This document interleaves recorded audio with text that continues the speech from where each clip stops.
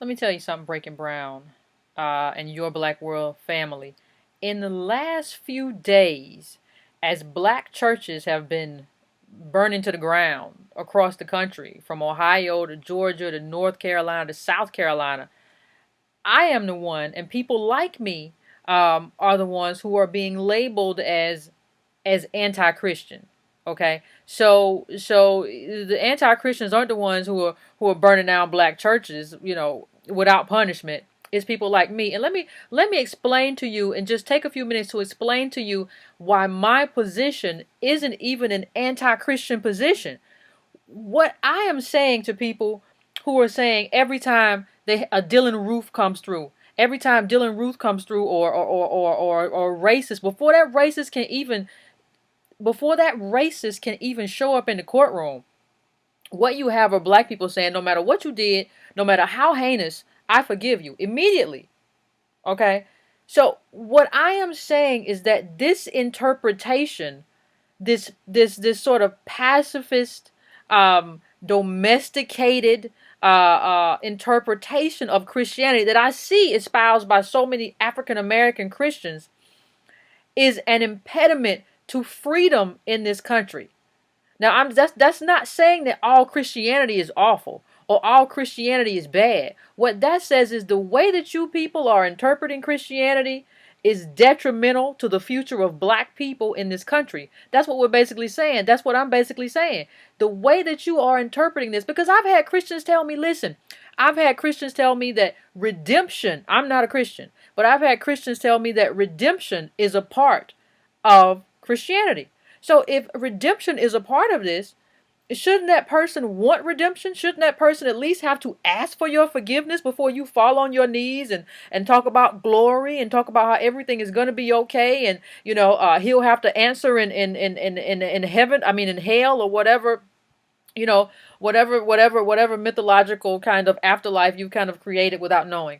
But if that's the case, if that's how you feel, shouldn't you tie that to something?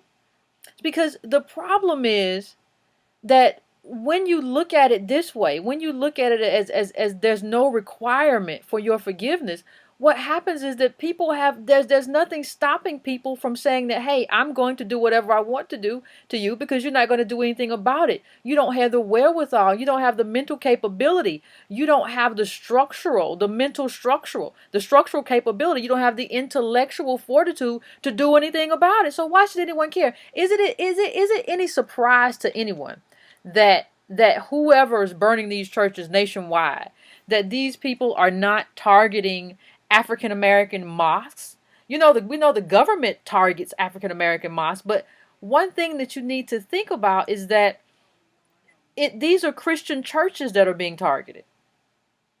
And over a dozen of these Christian churches have been targeted over when you look over the past 25 years alone.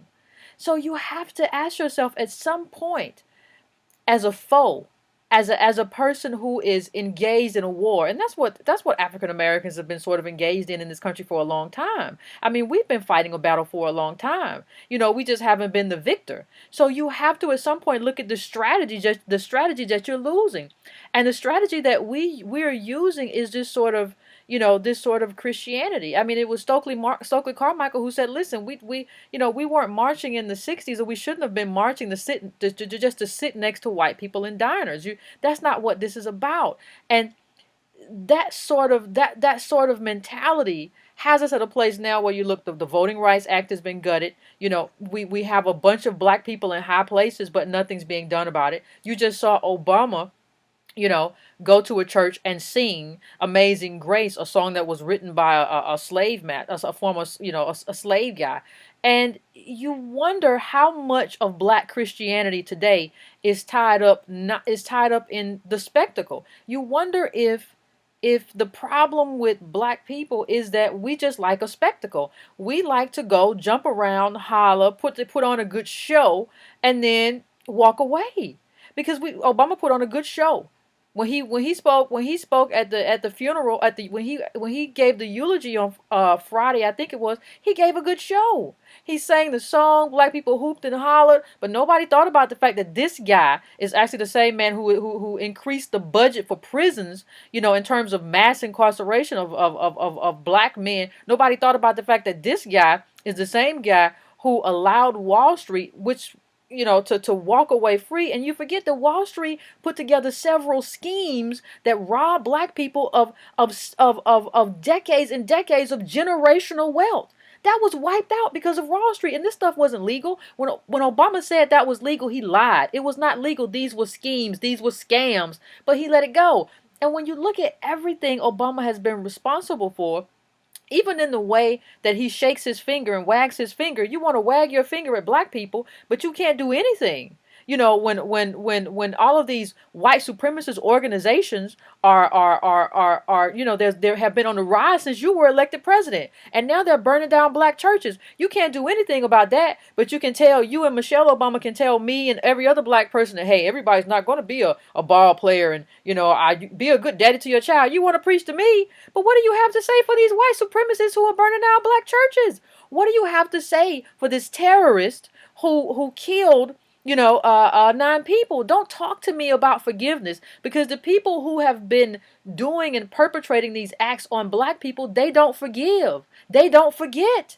So I think when you look at what we've gone through, I think part of it has to be, we have to get rid of our almost a fetish that we have for forgiveness, and we have to let go of some of these, the way we like pep rallies. That thing Obama did in the church wasn't anything but a an outsized tabernacle held pep rally. That's all it was. It was a pep rally. He was there to make black people feel good and perform for black people and mimic us, because that's probably, somebody told me that Amazing Grace was probably the only black church song he knows. So he knows how to perform blackness. He just doesn't know how to put in place policies, or fight for policies, or put in place executive actions that help black people. So I just wonder why we fawn over him. I wonder why we fawn over, our attachment or our fetish with forgiveness, and we don't know how to strategize. We don't know how to look at this thing soberly and coldly and kind of decide, okay, how are we going to address it?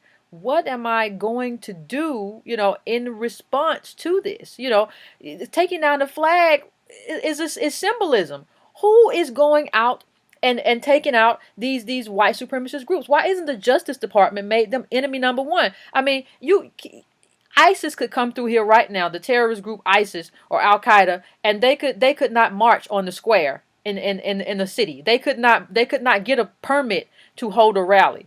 But you're telling me that the KKK, which has killed more Americans than ISIS, is gonna put together a rally in South Carolina, and we're just gonna sit back and take it, and the first black president's gonna sit back and take it? Is that who we are as black people? That's the question I need everybody to answer. Until you can answer that, don't tell me anything about forgiveness. Don't tell me anything about how Obama is your black president. I don't want to hear it. Tell me what we're going to do.